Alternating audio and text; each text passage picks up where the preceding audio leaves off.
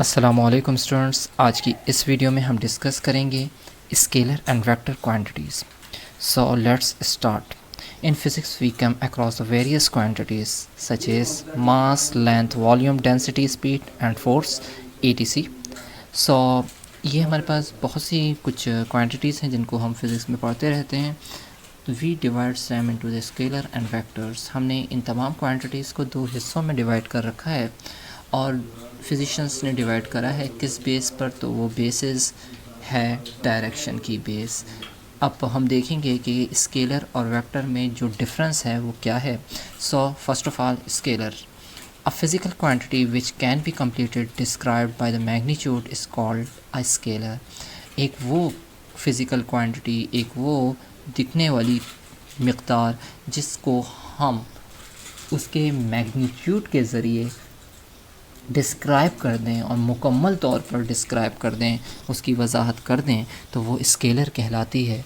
बिल्कुल इसी तरीके से the magnitude of the quantities means, किसी क्वांटिटी के मैग्नीट्यूड का मतलब ये होता है कि इट्स न्यूमेरिकल वैल्यू, उसकी कीमत, उसकी न्यूमेरिकल यानी कि नंबर में मौजूद कोई कीमत विद एन एप्रोप्रिएट यूनिट, और उसके साथ उसका ये ख़ास किस्म का कोई यूनिट, इकाई वगैरह, सच एज़ 2.5 kg, जैसे कि 2.5 हमारे पास मैग्नीट्यूड है जबकि kg उसका यूनिट है।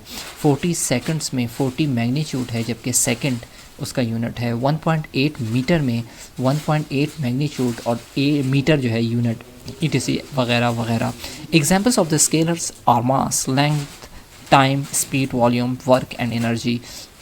इस तरह से हम मुख्तलिफ़ क्वान्टिटीज़ को ले सकते हैं स्केलर में, जैसे कि मास, तो इसमें सिर्फ़ और सिर्फ मैग्नीट्यूड और यूनिट्स रिक्वायर्ड होता है। Length, time, speed, volume, work और एनर्जी, इन तमाम में सिर्फ़ और सिर्फ मैग्नीट्यूड और यूनिट की रिक्वायरमेंट होती है किसी क्वांटिटी को डिस्क्राइब करने के लिए, समझने के लिए, उसकी वजाहत करने के लिए।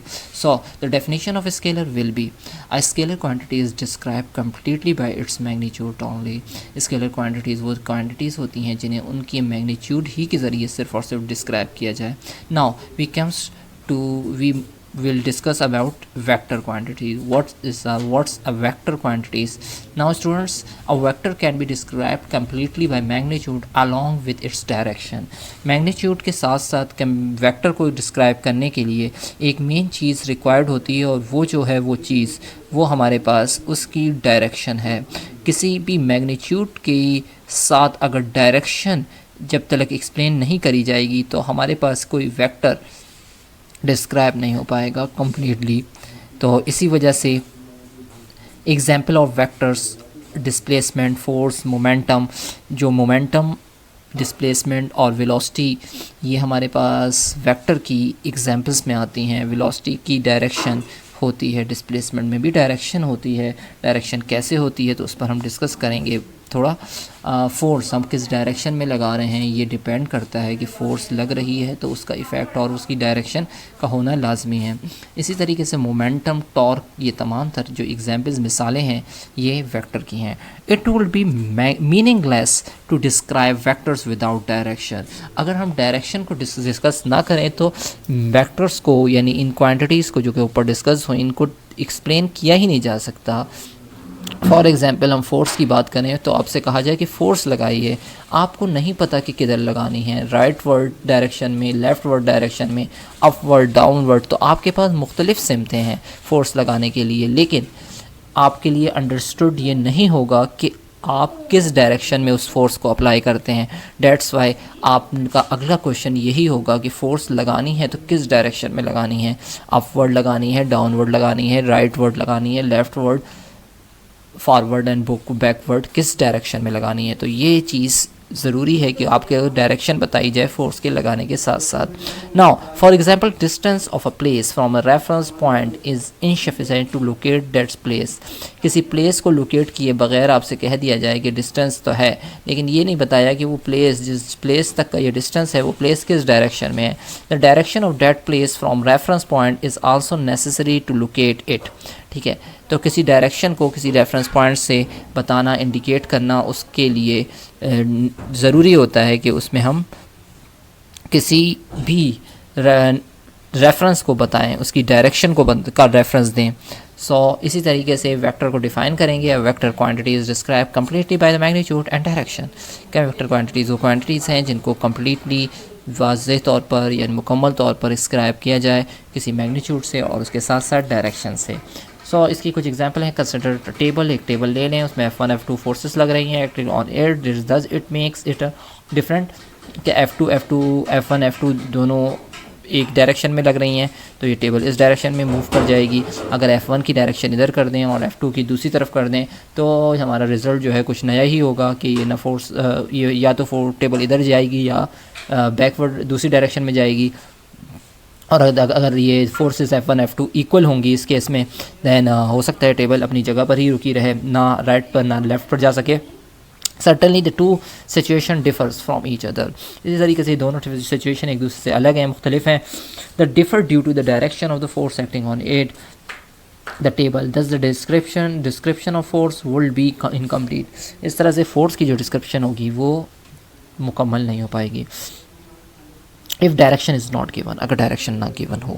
सिमिलरली बिल्कुल इसी तरीके से when we say we are walking at the rate of 3 kilometre per hour, कि हम जब बात करते हैं कि हम चल रहे हैं, मूव कर रहे हैं 3 किलोमीटर पर आवर की रफ्तार से, दैन टूवर्ड्स द नॉर्थ की तरफ, then we are talking about a vector. तो हम वेक्टर के बारे में बात कर रहे हैं क्योंकि हमने नॉर्थ की डायरेक्शन बता दी है। ये हमारे पास कुछ रिप्रेजेंटेशन आ रही है अब यहाँ पर वेक्टर की। Graphical representation of vector, the To differentiate a vector from a scalar, we generally use both letters represent vector quantities, such as like this, such F, A and B are the bar arrow. Their symbols such as F के ऊपर ये बार लगाएंगे, arrow लगाएंगे जो indicate करेगा कि हमारे पास vector किस डायरेक्शन में है। yes graphically a vector can be represent line segment, एक लाइन सेगमेंट से वेक्टर को रिप्रेजेंट किया जा सकता है विद एन एरो हेड, तो जिसके हेड पर एक एरो होगा।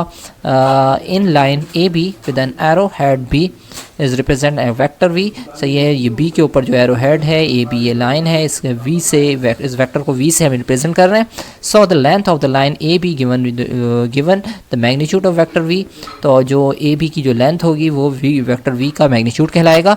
Is on the selected scale while the direction of the line from A to B will be gives the direction of vector V। और इस तरीके से A से लेकर B तक की जो डायरेक्शन है वही इंडिकेट करेगी इस V की डायरेक्शन को। आई होप कि आपको ये तमाम चीज़ें क्लियर होंगी। अब इससे रिलेटेड एक न्यूमेरिकल दे रखा है एग्जाम्पल। फोर्स लग रही है 80 न्यूटन की नॉर्थ ईस्ट की तरफ, तो अब ये देखिए यहाँ से ओरिजिन से हमने ईस्ट और नॉर्थ के सेंटर में बिल्कुल ये फोर्स लगाई। 80 न्यूटन को एक स्केलिंग चेंज कर 4 सेंटीमीटर से इंडिकेट कर दिया है। ये अपनी चॉइस है आपकी कि आप कितने सेंटीमीटर से इंडिकेट करते हैं इस फोर्स को, ठीक है, लेकिन डायरेक्शन वही रखनी है जो आपके पास गिवन है। तो ईस्ट राइट साइड पर है, वेस्ट लेफ़्ट पर है, forward north, backward south. North east के बिल्कुल सेंटर में ये एरो लेंगे। स्टेप 1, स्टेप 2, स्टेप 3 में ये तमाम इंडिकेशन है कि किस तरीके से आपको 11 चीज़ें सेलेक्ट करनी है। 20 न्यूटन को 1 सेंटीमीटर की लाइन पर लेने, इस तरीके से 4 सेंटीमीटर की जो लाइन होगी वो 80 न्यूटन के लिए हो जाएगी। ये थी आपके पास वेक्टर की रिप्रेजेंटेशन। अब term association with motion, motion से रिलेटेड कुछ टर्म्स हैं। पोजीशन की बात हो रही है, यहाँ पर कोई बॉडी अगर मूव करती है तो उसकी पोजीशन को किस तरीके से वेक्टर से रिप्रेजेंट करेंगे तो वो यहाँ पर डिस्कस किया गया है। बाकी इसके बाद नेक्स्ट जो टॉपिक आ रहा है वो हमारा आ रहा है डिस्प्लेसमेंट और डिस्टेंस का के हवाले से, तो उसे नेक्स्ट क्लास में इंशाल्लाह डिस्कस करेंगे। जब तक के लिए रहने के बाद अस्सलाम वालेकुम व रहमतुल्लाह व बरकातुहू।